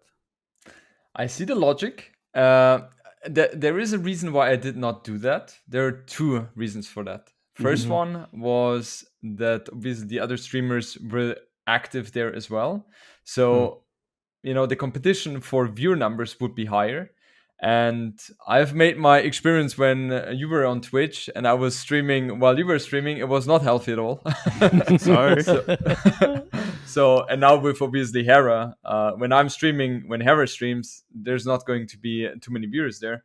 And I've had experience with that a couple of times already as well. So, in that regard, I had to go for strategy that... went for times where Hera was, for example, not online or you were not online, for example. Mm-hmm. So that's the first thing. Yeah. No, go on. Let's do the second first. And the second thing was also private life, right? Because evening times were the ones where I then had time to pursue other things, which gave me a lot of joy as well. And I would have had to invest, everything into that then, and I would not have had a private life anymore, so to say. But that's where people argue about streaming and such, how much of a commitment it is, right? You have to sacrifice weekend hours. You have to sacrifice like proper personal life hours, because that's when other people have their personal time as well, when they have time to watch you, right? So there's like a whole there's a lot of sacrifice has to be made that people don't really think about, for sure, right? Yeah. On that as well, though, like if you were streaming in those later hours as well, for example, let's say you're still live when Hera goes offline, very unlikely, more often than not, but like suddenly he hosts you, right? Suddenly he sends 2,000 viewers your way. If you maintain 5% of that, like that will be recircling and coming back to your stream more often than not. That could be also increase in revenue and such. Like there's all these small things that could have a trickle effect that long term is positive, even though it might be short term. And like you see, okay, I only have 200 viewers today because Hera is live, right? It's like those things to take into account. So for sure, yeah. So in that regard, you could say that I didn't have the stamina and the commitment to do that, right? So maybe that's also the reason why I failed with that. I'm not sure. Like, could be for sure. One question I do have, Jordan, we were just talking about before in the first part of the podcast that one of the strategies for trying to grow a Twitch channel and a successful Twitch channel is to at the same time try to grow a YouTube channel. We kind of touched on it. And from looking at your YouTube channel, you said yourself it didn't really take off, and I think that's pretty accurate. And in my opinion, one of the reasons might have been because you had mostly gameplay videos in there. So there was a distinct lack of videos, which are well edited, produced, which is the kind of videos that tend to do better on YouTube. Would be something that you maybe would consider at some point. You think you should have tried to like find your niche. We have T90. He keeps finding stuff that nobody else does. Be it Louis the Legend. Well, you can call it stupid, obviously. Forest Nothing, Forest Tiny Mouse, whatever. You see Hera doing the same thing, right? He's constantly trying new ideas. Some work well, some do not work well. But yeah, I feel like you didn't try anything in that direction. Would you agree? And do you think at some point you might try it? I agree, for sure. I would say one of the biggest weaknesses I have is creativity. So I'm very good at, if someone lays down a plan for me, I'm one of the best if it's about execution. Like, can confirm. Doesn't matter in which area. Like, I'm extremely good at executing. But I'm one of the worst if it's about creativity, right? Thinking about new ideas. Like, it's always funny when I'm in team game tournaments calls before the games.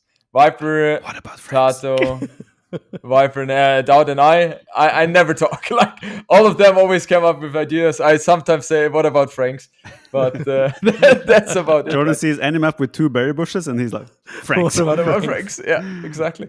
So I can you can tell that there is just a little bit of lack of skill if it's about creativity.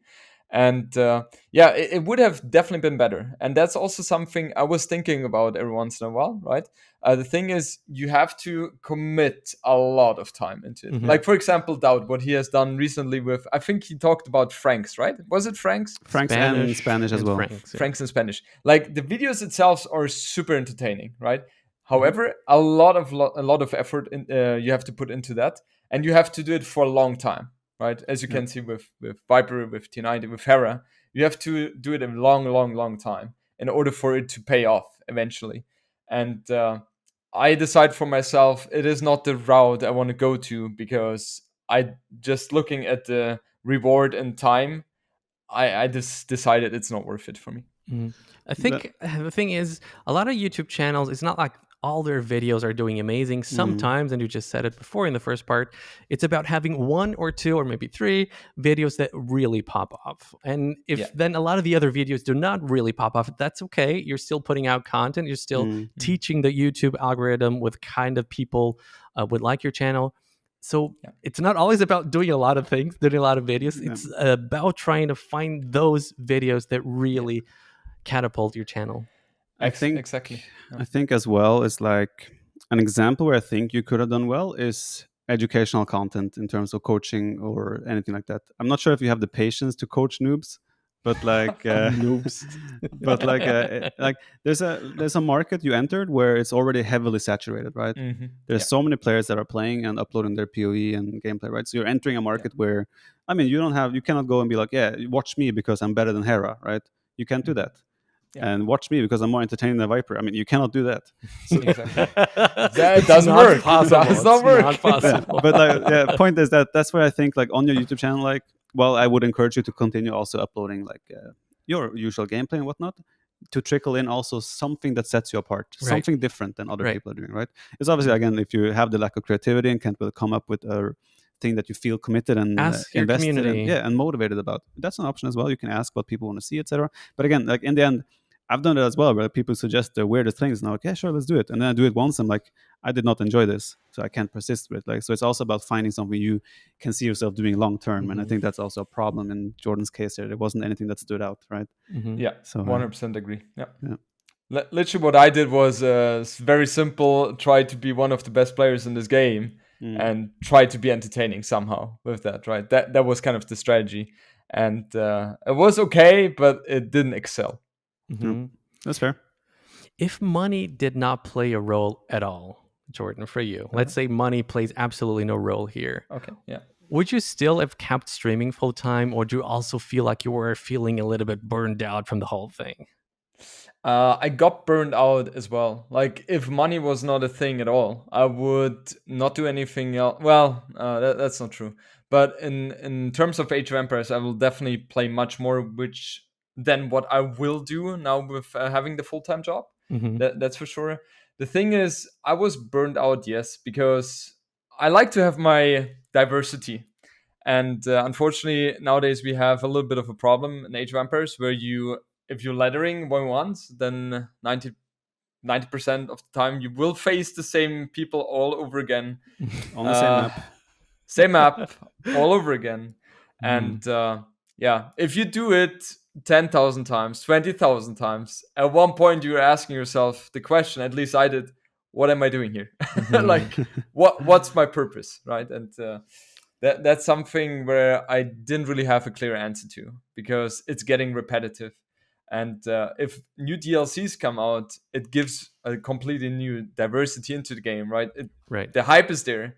That's why I personally love playing S2 tournaments, because the hype is there. Like, everyone is competing, everyone is giving their best, right? And that's something which really drove me. But there were ones later, it came too repetitive for me. But you had a really good initiative for a while that helped on that, right? JorDan's Medieval Brawl. But I also felt like the amount of effort that went into that as well contributes to you burning out. So it's like finding the balance as well. But you also stopped with the Medieval Brawl after a while. Yeah. Like, how did you see that whole experiment playing out? The thing is, one of my characteristics is that if I have something, I give 150%, right? Until it's completed. And when that is completed, then I'm jumping to the next thing right away. Right. And that, I have a problem with that, because every once in a while I will have the phase where I'm like completely burned out in that regard, right? So finding a balance is important there, which I'm doing right now. I'm having a little bit of days off, so I will be 100% fresh for September. The thing with JMB was that it was a good experience for me, because the first event was hosted when Age of Empires 4 was very popular. Some players were not there, which were usually playing Age of Empires 2. Don't want to call anyone, but you, for example, Viper, and others, right? And it felt like people were worrying about Age of Empires 2. So that's where I was like, okay, the ladder right now is super inactive. Let's try to introduce something that gets the motivation again for the players to play ladder, which was the case. And at that time, my Twitch channel was the most successful one it has ever been, right? It was very, very good. Wow. At that point, I thought it was because it was such a great format. And I think it played into it. However, the main metric was that Viper, Hera, like, for me personally, the biggest competitors if we're talking about stream numbers or view numbers, they were not there. So obviously people went then to me to support. Then with the second edition, of course, organization-wise, it was not ideal. The first one was better because the second one had more space in between in terms of, I think I had 3 months there. And for the second edition, I had only 7-8 weeks. So it was very tight. And the Twitch metrics, like in terms of view numbers, subs and whatnot, they were heavily declining compared to the first one. And for me, that was a good experience as well, because I had the expectation, maybe you guys can relate, if you do something the first time, the second one has to be at least as good as the first one. Right. And then the second one was just super bad compared to the first one. And that's where I lost motivation as well. Okay. You have mentioned Twitch a few times now. Did you ever consider switching platform? Because we have, for example, now recently, Kick has come out really strong. 95-5 subscriber split. Like if you had the same subs on Twitch on Kick, you would have been completely fine. So question, did you ever consider switching platform to try and make this happen, right? I considered, yeah. I was messaging them as well if there's a possibility for us to figure something out in terms of a contract. Sorry, so JorDan, them would be Kick here? Kick, for example, yeah. Okay. And I was hoping that, with a contract I was able to finance my life, and in addition to that I will still be able to create content for Age of Empires, just doing my normal thing. But I didn't get any response there, and other platforms were not really an option for me, as obviously Twitch is the main thing for Age of Empires 2. And it's not like you move to different platform and then all of a sudden all your subs, all your viewers are going to move with you to the other. That's not going to happen, right? You can be happy if you get 5%, and that's obviously not going to be successful there. Okay, would you ever consider starting full-time streaming again? Is that something that you think might be in the cards somewhere in the future, or is the experience done? No, for sure. Like I would say I have different goals right now, which I will try to achieve as soon as possible. But there we're talking about years, and who knows? Like Age of Empires is always going to be my biggest love. So my goal is to never leave it, and ideally in the future be able to position myself in life in a way that I'm able to invest more time into Age of Empires 2 again. That's cool. The goal. Cool. That's really good to hear. Yeah. Good to hear. So, I mean, you've been JorDan is back meme is well known, right? It's been JorDan has been back a few times already now, and obviously every time you have come back, you have. Sometimes it took a bit longer than other times, but you've always risen to the point where you can start challenge and competing for tournaments again. At least at a semi-decent level. I almost beat you, man. Almost. Those Bengalis elephants are tough, man. I mean, I have some of your results here since you came back, or since you went full-time, let's say. Just don't bring the 1v1 matchups head-to-head against you. I'm fine. I won't. There's too much in the... okay, let's... so, Grand Melee, you got 5th to 8th, top 8. Red Bull Volo 6th, top 8. Battle of Africa 3, we obviously got 2nd place as a team. Red Bull Volo 5, you got top 4. Yeah. Resurgence, top 4. Hidden Cup 4, you got 2nd place. Yeah. AoE 2 Admirals League, recently you were the winner. Yay! Let's go! You also won the German championship in your career, so that's good as well. But since it went full time, are you happy with your results? Are you happy with how you have competed in the game? So initially, when I was thinking about becoming full time, the goal was to be top 3. Then, after a few months being full time, I realized I struggled to get into the top 100. I'm like, maybe I was aiming a bit too high. I think that's very natural, though. People might not be aware of this, but he used to be a top 5 player back in the day, easily top 2 player. When I rose to when I rose to in the ranks. Me and JorDan were the ones that were. Yeah, but what I mean, even when JorDan would go away, and if we then come back, he would still gain his level and be up there really fast, and you were probably expecting that this time around things would be the same. Yeah. But unfortunately for you, DE came around and a lot of people started playing the game. A lot of people rose up in level in the meantime, so that's what kind of made it a lot harder for you, right? Absolutely. And also the game changed a lot. Yeah. It's just insane how it changed, right? But yeah, top 100, I think I broke after 4 months of heavily investing into Age of Empires 2. And at that time, I was already very demotivated because I was having so much higher expectations, right? Top 3, blah, blah, blah, and cannot even break top 100. Well, I think it took me 6 months until I reached top 20, something like that. And at that moment, I was like, okay, I'm vibing. I'm getting there eventually, right? But at one point, I realized, okay, it's just super hard because I felt like Age of Empires at that point of time has risen to a level where like every single margin counts, and that's tough because if you do just a slight mistake and you're facing against the top 5, you lose. No matter what happens, you will lose, right? And at that moment, I realized, okay, top 3 is going to be too much, but I will still try my best. And being able to achieve the results which Viper just mentioned is just a big thing for me because it is very hard. And most of the time in the tournaments, I dropped out very close against the tournament winner, except if it was Viper. But other than that, always super close, right? So I think I have performed extremely well. And in general, I tend to perform extremely well in tournaments. Yeah, I always got the impression you're a guy that you're a mentality monster. It's a very common word used these days in sports and such. And I think that suits you well because I also think you do an extremely good job at preparing mentally, especially at LAN events. You can see JorDan enters his bubbles. He puts in his in-ears and he sits by himself and he's just like no smiles. Like he's vibing. Normally he's like this. The teeth are like flashing everyone. But when he's in his zone, there's no smile. He's just like, you can see he's ready to deliver. Exactly. Awesome. Yeah, so looking back now, considering all these great results that you did achieve, but considering on the other hand that things just not did go in the way that you planned them to, would you consider this a success for you, the last couple of years that you were on Twitch, or do we see it as something that you could have avoided?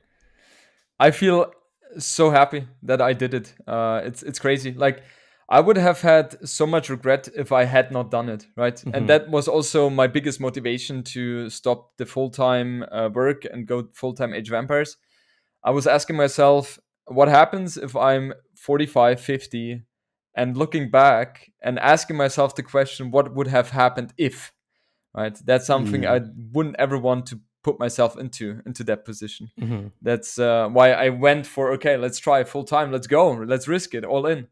And that was one of the best decisions I've made in my life. Really, I'm so happy. Wow, no regrets. Nice. I would have done it again, even if I know exactly what is going to happen. I would do it again. And I can only encourage people to jump out of their security bubble and try what their heart is aiming for. Really, so important.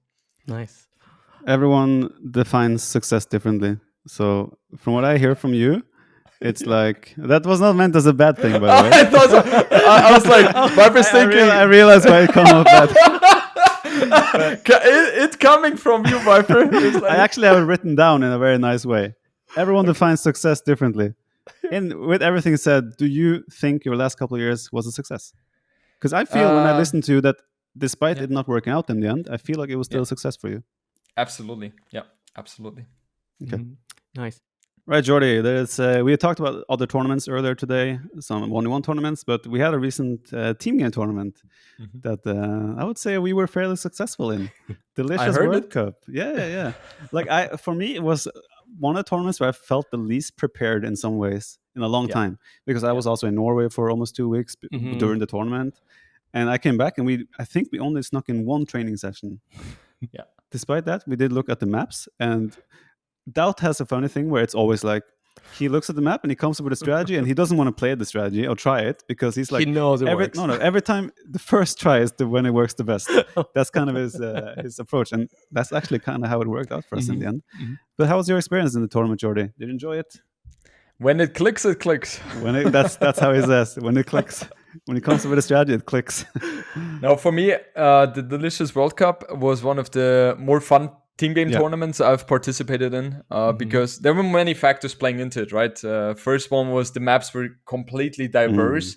So it was not the typical Arabia, for example, where you always see the same thing, but you always had to go through the maps and think about different strategies, different civs to play on that. So that was super fun. I obviously was only listening to what the other 3 guys were saying. But it's always nice to listen to them, And also, the tournament was shaped out in a way that players themselves had a bit more, let's say, freedom in terms of scheduling. And that's also something, me at least, and I know other players as well, enjoyed a lot. And it was fun. And obviously, winning a tournament is always a great benefit. Fun. Yeah. That's the biggest fun, Yeah. I also want to bring up one thing. We talked about JorDan. He's good at executing earlier and not creativity necessarily. We've had some situations no offense, we have some situations in team game events as well where it's like, if JorDan was to leave completely, that's something that we would dearly miss on our team. Right. Like, there was one map in particular where it was like, okay, we have this and this and this opening planned, but that's when the fast up archer build started becoming popular, right? And JorDan, what he did was he essentially watched whoever was best at doing that build once or twice. I'm not sure how much he studied it, and then he tried it and tested it himself, and suddenly he was probably maybe the best at executing that build in the same tournament within like a week gap. Cool. That's the type of thing where it's like such a valuable asset to have a guy that just puts in the work to just like be able to just execute that role like that right away. Yeah, amazing. And that's probably one of the best part of having JorDan in the team, beside his laughter and stupidity. Thank you, Viper. I'm not used to that. You're welcome. From you. Of course. Okay, JorDan, man, I thank you so much for taking the time to be here. It was awesome hearing your thoughts about this. And, I wish you all the luck in the world, my friend, in your future endeavors. Something I heard you say before. Oh, yeah. I like that. Thank you so much for having me, guys. It was a pleasure. It was nice. Some discrepancy in your microphone volume, but it was fine. All right, take care. Thank you so much. Take care. See ya. Cheers, Bye-bye, Jordy. guys. Bye-bye. Bye-bye. See ya.